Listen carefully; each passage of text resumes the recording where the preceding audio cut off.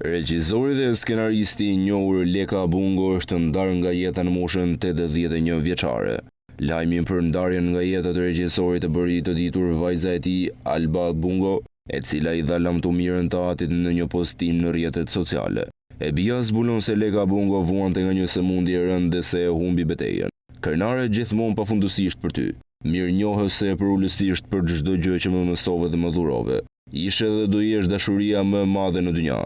Njerëzit e mëdhenj jetojnë ashtu siç jetove ti. E deshe dhe respektove jetën ashtu siç vetëm ti dije.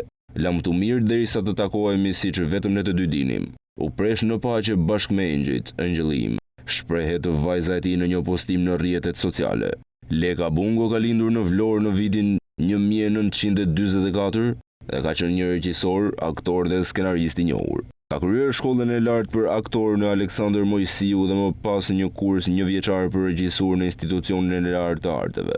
Punoi një kohë si regjisor në teatrin Bylis të Fierit. Në fund të viteve 80 u emërua regjisor në Estradën e Shtetit, në të cilën vuri në skenë disa shfaqje, ku prekën problemet të mprejta sociale të kohës dhe ku satira përbënte elementin e tyre më të pranishëm. Pas viteve 90 krijoi në hallin hyrës të godinës së teatrit kombëtar teatrin privat Rubajrat, por që shpejt e humbi destinacionin e vet artistik si të tillë derisa u mbyll në 2001 për rekonstruksion që u bë hollëve të këtij teatri. Pas vitit 2002 emigroi në SBA.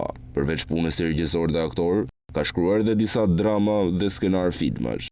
Ndërto dramën Pabesia, si dhe skenarët Pas fasadës, Gjuetia e fundit.